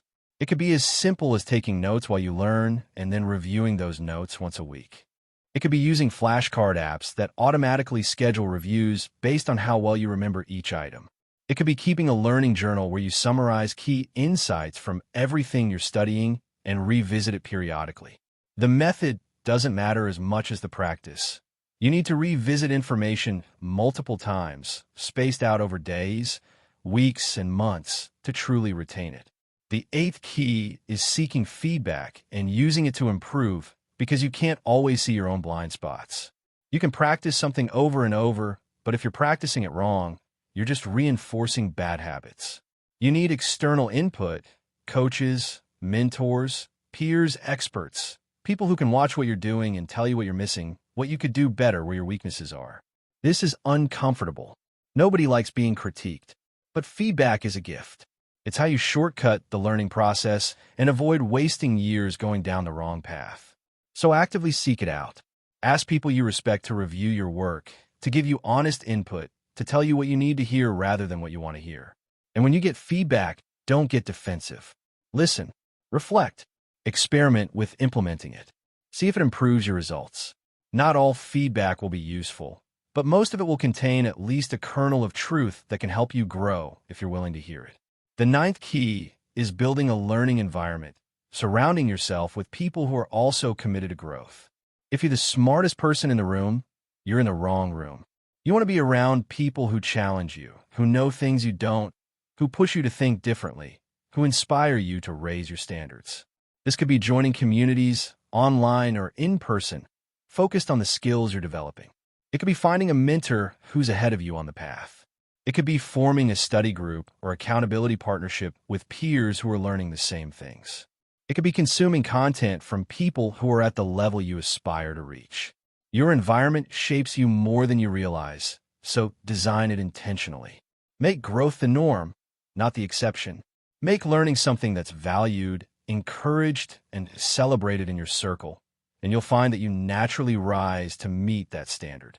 And finally, the 10th key is being patient with the process and trusting that small, consistent efforts compound into extraordinary results over time. We live in a culture that worships overnight success, instant gratification, and quick fixes. So when people start learning something new, They expect to see massive results immediately, and when they don't, they get discouraged and quit. But that's not how skill development works. Mastery takes time. It takes hundreds, sometimes thousands of hours of deliberate practice. It takes months or years of showing up, making mistakes, refining, improving incrementally. The progress feels invisible for a long time, and then suddenly, one day, you look back and realize how far you've come. You realize you can do things that seemed impossible when you started. You realize you've become someone different, someone more capable, someone with skills and knowledge that open doors and create opportunities that didn't exist before. But you only get there if you stay committed when progress is slow, when it feels like you're not getting anywhere, when doubt creeps in and whispers that maybe you're wasting your time. You have to trust the process. You have to believe that every hour you invest in learning is compounding, even when you can't see it yet. Because it is. Every book you read, every course you complete, every skill you practice, every mistake you learn from, it all adds up. It all builds on itself. And one day, not today, not tomorrow, but someday you'll look around and realize that you've become the kind of person who can do things most people can't, who sees opportunities most people miss, who creates value in ways most people aren't capable of. And it all started with a decision to never stop learning, to build systems that made growth automatic, to commit to upgrading yourself continuously for the rest of your life. That's the path. That's the system. And that's how you ensure that no matter what changes in the world around you, you'll always be ready, always be growing, always be moving forward. Chapter 9. Adjusting Systems When Life Changes. Life doesn't care about your perfect systems, your carefully crafted routines, or your well-laid plans. Just when you finally build a rhythm that's working, just when you've established habits that are running smoothly, just when everything feels like it's clicking into place, life throws you a curveball. Maybe you get a new job with different hours and demands. Maybe you move to a new city and suddenly your entire environment changes. Maybe you have a baby and your sleep schedule disappears overnight. Maybe a family member gets sick and you need to become a caregiver. Maybe you go through a breakup, a layoff, a health crisis, a global pandemic, something that completely disrupts the structure you've built and forces you to start over. This is when most people fall apart.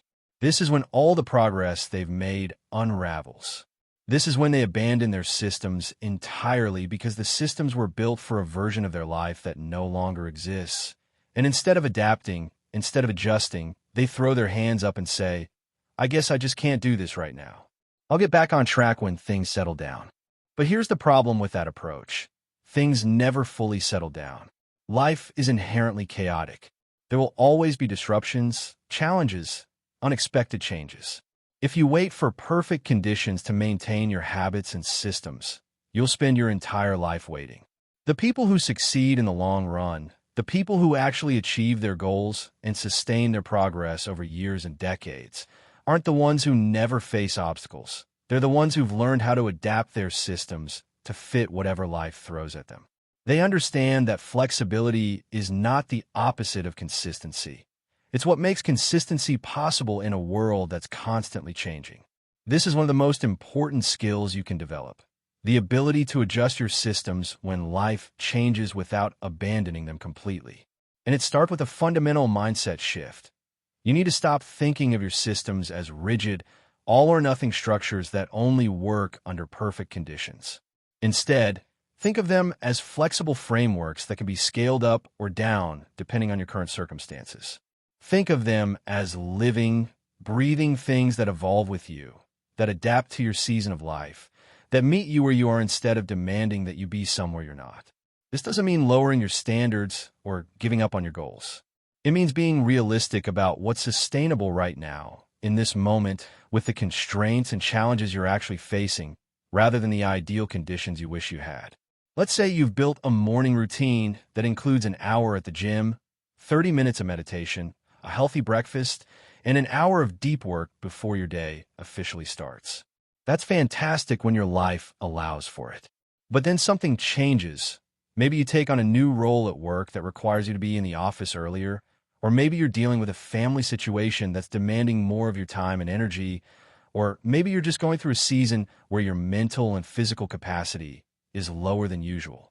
If you approach this with an all-or-nothing mindset, you'll look at your old routine, realize you can't do all of it anymore, and conclude that you might as well do none of it. You'll stop going to the gym entirely because you don't have a full hour. You'll skip meditation because 30 minutes feels impossible. You'll grab junk food on the way to work because you don't have time to make breakfast. And just like that, all your positive habits disappear, and you spiral into a version of yourself that feels out of control, unhealthy, and disconnected from your goals. But if you approach this with a flexible mindset, you ask yourself, what's the minimum viable version of this system that I can maintain right now? Maybe you can't do an hour at the gym, but you can do 20 minutes. Maybe you can't meditate for 30 minutes, but you can do 5. Maybe you can't make an elaborate breakfast, but you can prep overnight oats the night before. These scaled-down versions might not be as ideal as your original routine, but they keep you in the game. They maintain the identity of someone who works out, who meditates, who eats well, even when circumstances aren't perfect. And that's what matters most. Not the volume or intensity of what you're doing, but the fact that you're still showing up, still honoring your commitment to yourself, still moving in the right direction, even if the pace is slower than before. This is the concept of the minimum effective dose, the smallest amount of effort that still produces a meaningful result. When life gets chaotic, when your capacity is reduced, you focus on the minimum effective dose for each of your important habits. You strip away everything that's nice to have and focus only on what's essential, what's non-negotiable, what keeps the foundation intact. And you do that consistently, day after day, until your circumstances improve and you can scale back up. The key is never going to zero, never letting the habit die completely. Because once a habit dies, once you break the chain, it's exponentially harder to rebuild it than it is to maintain it at a reduced level. Think of it like exercise. If you work out consistently and then take a week off, you might lose a little bit of progress, but you can get back to where you were pretty quickly. But if you take 6 months off, you're essentially starting over. Your strength has diminished, your endurance is gone, your body has adapted to a sedentary lifestyle, and now you have to overcome all that inertia again. The same principle applies to any habit or system. Consistency, even at a reduced level, is far more valuable than perfection followed by total abandonment. Another critical aspect of adjusting systems is recognizing that different seasons of life require different priorities. You can't do everything all the time at the same intensity. There will be seasons where your career demands most of your focus and energy. Maybe you're launching a business, going for a promotion, working on a major project. During those seasons, it's okay if your social life, your hobbies, or even some aspects of your health routine take a back seat, as long as you're maintaining the basics. There will be seasons where family or relationships need to be the priority. Maybe you're caring for aging parents, raising young children, or working through a difficult period in your marriage. During those seasons, it's okay if your career ambitions slow down a bit. There will be seasons where your own health and recovery need to be the focus. Maybe you're dealing with an illness, recovering from burnout, or going through a mental health challenge. During those seasons, it's okay if everything else gets scaled back so you can take care of yourself.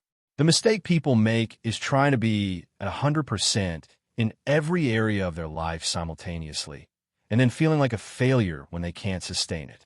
But that's not realistic. That's not how life works. You have finite time, finite energy, finite capacity. The art is in knowing which season you're in, adjusting your systems to match that season, and giving yourself permission to let some things slide temporarily without guilt or shame, as long as you're maintaining the core habits that keep you grounded and moving forward. It's also important to build flexibility into your systems from the beginning by having multiple versions of your routines. A full version for when life is stable, a medium version for when things are a bit hectic, and a minimum version for when everything is falling apart. This way, when disruption hits, you don't have to figure out what to do in the moment while you're already stressed and overwhelmed. You already have a plan. You already know what the scaled-down version looks like. You just switch modes and keep going. For example, you might have a full workout routine that's 5 days a week, 60 minutes per session, with a detailed program. Your medium version might be 3 days a week, 30 minutes per session, focusing only on the most important compound movements. Your minimum version might be 10 minutes of bodyweight exercises at home, just enough to keep your body moving and maintain the habit. Having these versions pre-planned removes the decision-making burden and makes it easy to adapt without losing momentum entirely. Another key to staying consistent through change is practicing self-compassion and letting go of perfectionism. When life throws you into chaos, when your systems break down, when you miss days or weeks of your routine, it's easy to beat yourself up, to feel like you've failed, to spiral into negative self-talk that makes everything worse. But that harsh inner critic doesn't help you get back on track. It just makes you feel terrible and often leads to giving up completely. Instead, practice talking to yourself the way you talk to a good friend who's going through a hard time. You'd be understanding, compassionate, encouraging. You'd remind them that setbacks are temporary, that life is hard sometimes, that it's okay to struggle, that what matters is getting back up and trying again. Give yourself that same grace. Acknowledge that you're doing the best you can with the circumstances you're in. Celebrate the fact that you're still trying, still adjusting, still committed to moving forward even when it's difficult.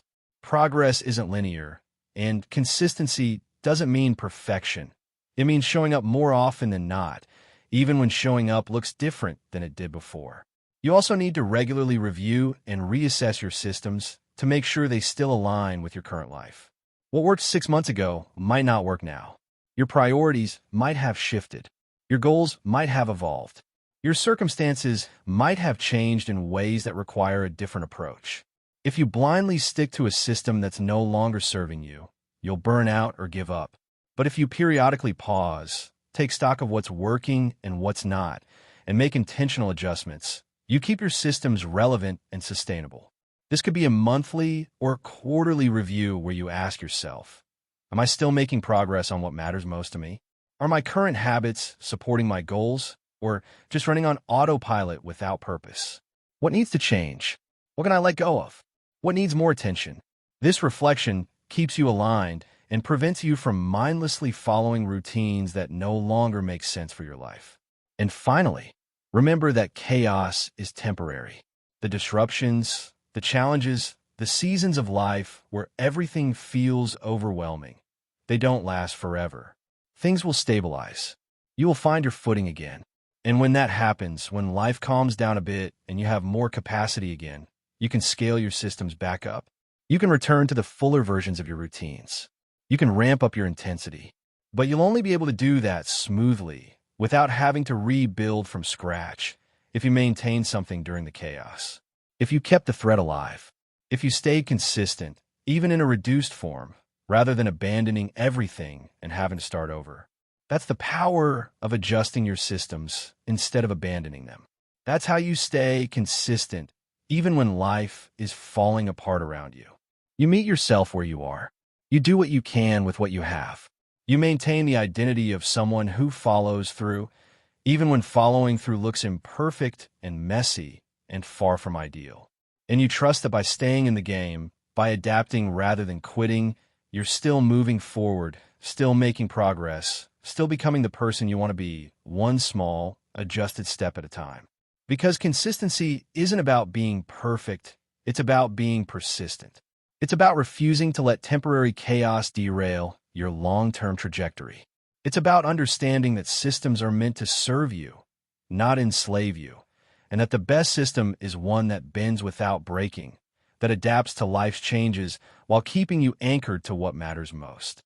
Build that flexibility into your systems from the start, and you'll find that you can handle whatever life throws at you without losing yourself in the process. Chapter 10, Letting Systems Do the Heavy Lifting. There's a point in your journey, after you've built your systems, after you've adjusted and refined them, after you've stayed consistent through the chaos and the disruptions, where something remarkable happens. You stop fighting. You stop relying on motivation to drag you through each day. You stop using willpower like it's a finite resource you're constantly running out of. You stop feeling like success requires superhuman effort, constant vigilance, and endless self-discipline. Instead, something shifts. The habits you've built become automatic. The routines you've established start running on autopilot. The systems you've designed begin doing the heavy lifting for you, carrying you forward even on the days when you don't feel like showing up, even when you're tired, even when life is messy and you're not at your best. This is the ultimate goal of building systems. Not to create more work for yourself, not to make your life more rigid or controlled, but to make success inevitable, to make progress natural, to remove the constant internal battle between what you want to do and what you know you should do. When your systems are truly working, success stops being something you chase and becomes something you live. It's no longer an event that happens someday in the future when everything finally comes together. It's the natural outcome of the life you're living right now, today, in the small, consistent actions you take without even thinking about them. This is what most people don't understand about highly successful people. They look at them from the outside and think, they must be so disciplined. They must have incredible willpower. They must wake up every day bursting with motivation and drive. But the truth is almost the opposite. The most successful people aren't the ones with the most willpower.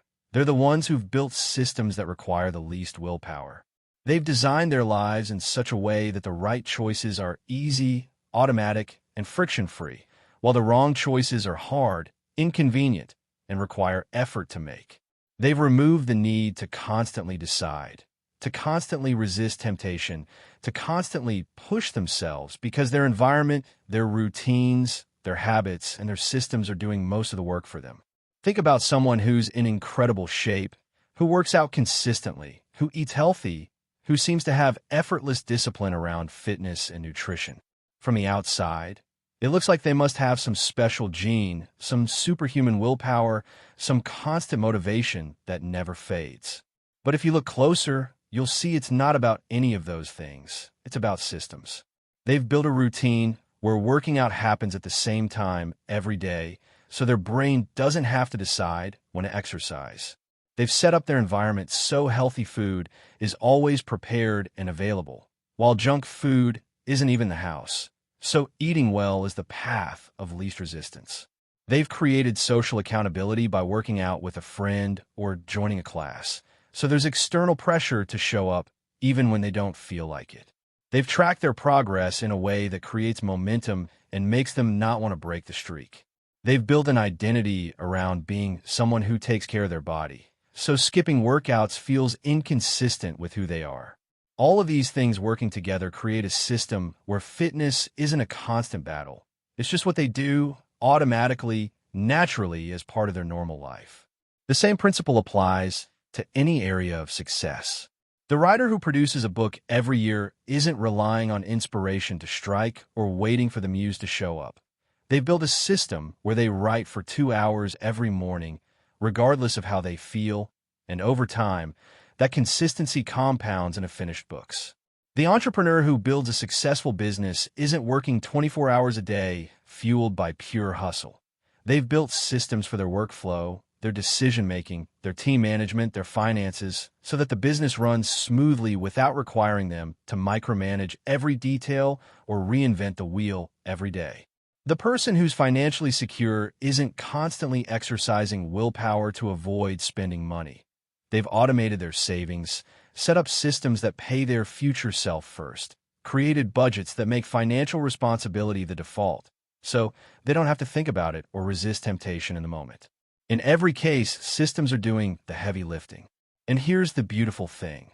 Once your systems are in place, once they're running smoothly, success becomes almost effortless. Not because the work disappears, but because the work becomes integrated into your life in a way that doesn't feel like work.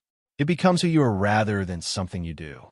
This is the transition from discipline to identity, from forcing yourself to follow through to naturally showing up because it's simply what you do. And this transition is everything. When you have to rely on discipline alone, you're constantly at war with yourself. Part of you wants to do the thing, and part of you doesn't. And every single day is a negotiation, a battle of wills, an exhausting expenditure of mental energy. But when your identity shifts, when you become the kind of person who naturally does these things, there's no internal conflict anymore. You don't have to convince yourself to work out because you're someone who works out. You don't have to force yourself to work on your goals because you're someone who works on their goals. The behavior flows naturally from the identity, and the identity was built through the consistency of your systems. This is why systems are so much more powerful than goals. Goals are about outcomes, external markers of success that may or may not happen depending on 1,000 variables you can't control. But systems are about identity, internal shifts that change who you are, and once you've changed who you are, the outcomes take care of themselves. You don't need to obsess over whether you're going to hit your goal, because the person you've become through your systems is someone who naturally produces those results. It's inevitable. It's just a matter of time. And this removes so much pressure, so much anxiety, so much stress from the process. You're no longer in a constant state of striving, grasping, worrying about whether you're going to make it.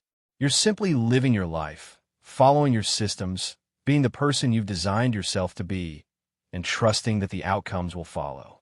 And they do. They always do, as long as your systems are aligned with your goals and you stay consistent. But here's something important to understand. Letting systems do the heavy lifting doesn't mean you become passive. It doesn't mean you just set up your routines and then coast for the rest of your life without ever thinking about them again. Systems still require maintenance. They still need to be monitored, adjusted, refined. You still need to show up. You still need to do the work. The difference is that the work feels lighter because it's supported by structure, by automation, by environment design, by habits that carry you forward. You're not starting from scratch every day, wondering what to do, debating whether you feel like doing it, fighting against resistance. The path is clear. The routine is established. The identity is solid. You just follow the system, and the system guides you to where you want to go. Another aspect of letting systems do the heavy lifting is recognizing when you can delegate, automate, or eliminate parts of your life that drain your energy without adding value. Systems aren't just about building positive habits. They're also about removing friction, reducing decision fatigue, and freeing up your mental bandwidth for the things that actually matter. If there are recurring tasks in your life that take time and energy, but don't require your unique skills or attention, automate them. Set up automatic bill payments so you never have to think about them. Use meal delivery or meal prep services if cooking every day is burning you out. Hire help for tasks that someone else can do better or faster than you. Delegate at work so you're not drowning in responsibilities that could be handled by someone else. The goal is to design your life so that your time and energy are spent on the things that only you can do, the things that move the needle, the things that align with your highest priorities and values, while everything else is handled by systems, automation, or other people. This is how you scale your impact without scaling your effort. This is how you accomplish more while feeling less overwhelmed. This is how you create space for what matters most, by systematically removing or streamlining what matters least. And as your systems mature, as they become more refined and efficient, you'll find that you have more freedom, not less. This is a common misconception about systems. People think that having routines and structure will make their life rigid, boring, mechanical, robotic. But the opposite is true. Systems create freedom. When the important things in your life are taken care of automatically, when your health, your work, your finances, your relationships are all supported by solid routines and habits, you don't have to constantly worry about them. You don't have to constantly put out fires. You're not living in reactive mode, scrambling to keep up with everything. Instead, you have space. You have peace of mind. You have mental and emotional bandwidth to be creative, to be spontaneous, to pursue new opportunities, to enjoy life, to be present with the people you love. The structure isn't a cage. It's a foundation that allows you to build whatever you want on top of it. It's like a garden. If you don't have systems, if you don't water regularly, pull weeds, tend to the soil, your garden becomes overgrown with chaos. Everything is competing for resources. Nothing thrives, and you spend all your time just trying to keep things from dying.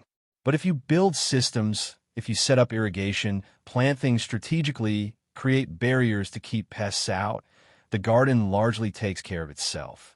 It grows. It flourishes. And you get to enjoy the fruits of your labor without constant stress and struggle. That's what letting systems do the heavy lifting looks like.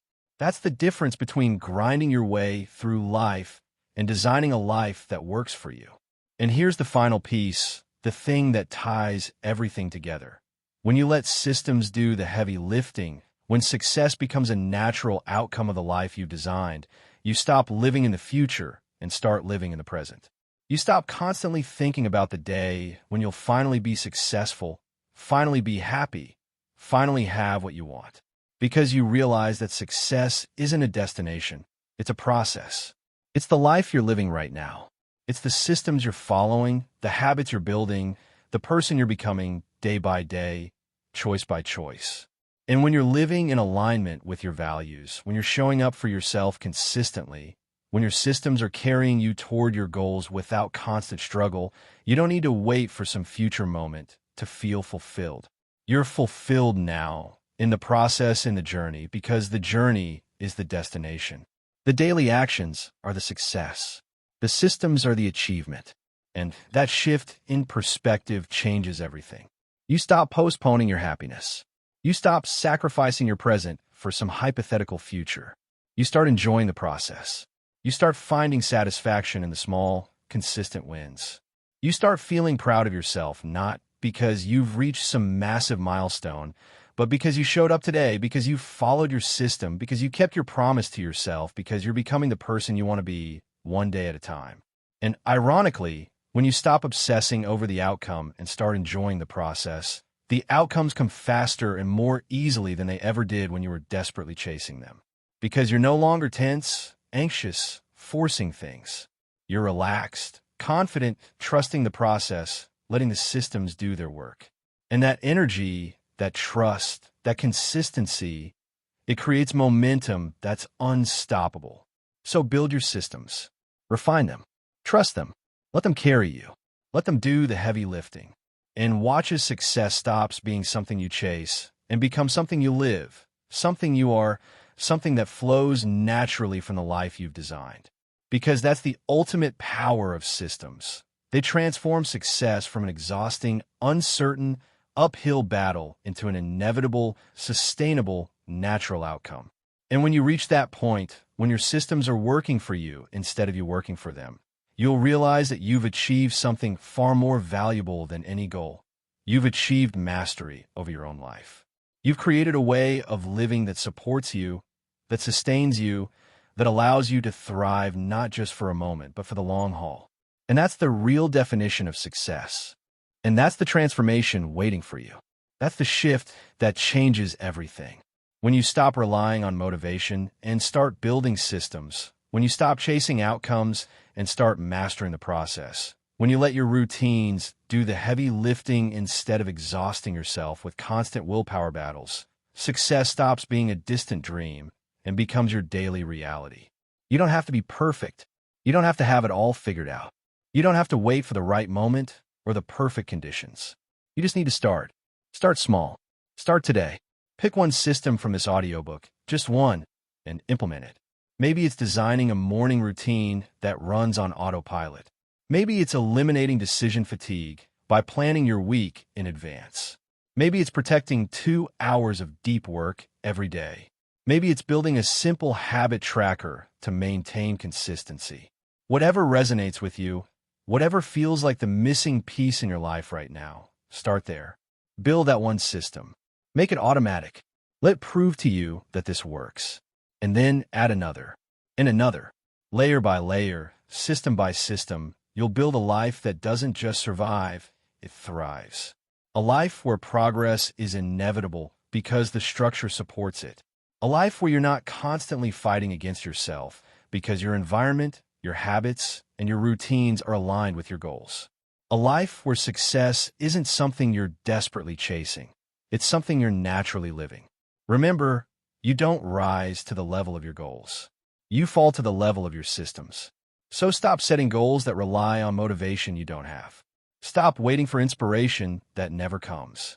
Stop hoping that somehow, this time, things will magically be different. Instead, build the systems. Do the work. Trust the process. and watch as everything you've ever wanted starts showing up in your life. Not because you got lucky, not because you suddenly became superhuman, but because you designed a life where success was the only logical outcome. That's the power you have. That's the control you can take. That's the transformation waiting for you on the other side of this decision. Now, if this audiobook added value to your life, if these insights resonated with you, if you feel like you finally have a clear path forward, I need you to do something for me. And more importantly, for yourself and for others who need to hear this message. First, hit that like button right now. It tells the algorithm that this content matters, that it's helping people, and it allows this message to reach more individuals who are struggling with the same challenges you are facing before you listen to this. Your one click could change someone's life. Second, drop a comment below and tell me which system you're going to implement first. Are you going to build a morning routine? Eliminate decision fatigue? Protect your deep work time? Track your progress? I want to hear from you. I want to know what resonated most. And when you share your commitment publicly, when you put it out there in the world, you're far more likely to follow through because you've created accountability. So comment right now. Don't wait. Don't scroll past. Take 5 seconds and declare which system you're starting with today. Third, share this audiobook with someone who needs it. You know someone right now, a friend, a family member, a colleague, who's stuck in a cycle of setting goals and failing, who's exhausted from constantly starting over, who's wondering why they can't seem to make progress no matter how hard they try. Send them this link. Share this video. Tell them, this changed my perspective, and I think it will help you too. Because when you share valuable knowledge, you're not just helping someone else. You're reinforcing the lessons in your own mind. You're strengthening your own commitment, and you're creating a community of people around you who are all building better systems, all moving forward together. And finally, the most important thing you can do right now, subscribe to the Bit-Size Book English channel and hit that notification bell. Here's why this matters. This channel exists to give you the most powerful, actionable, life-changing insights from the world's best books, distilled into formats you can actually consume and implement. We're not here to waste your time with fluff or filler. We're here to deliver knowledge that moves the needle, that creates real transformation, that helps you become the person you're capable of being. By subscribing, you're ensuring that every time we release a new summary, a new system, a new strategy that could change your life, you're the first to know. You're building a library of wisdom that compounds over time. You're investing in your own growth consistently, systematically, in the exact way this audiobook just taught you to do. So click that subscribe button right now. Turn on notifications so you never miss an upload. And join a community of people who are done with mediocrity, done with excuses, done with waiting for life to get better, and ready to build systems that make success inevitable. This is Bit-Size Book English, where we transform books into breakthroughs and knowledge into action. Thank you for listening. Thank you for being here. Thank you for being someone who's willing to do the work, to build the systems, to become the person your future self will thank you for being. Now go, implement, build your systems, and let success become the natural outcome of the life you design. I'll see you in the next audiobook summary. Until then, stay consistent, stay systematic, and keep moving forward. Because your best life isn't something you find. It's something you build one system at a time. And thank you for listening.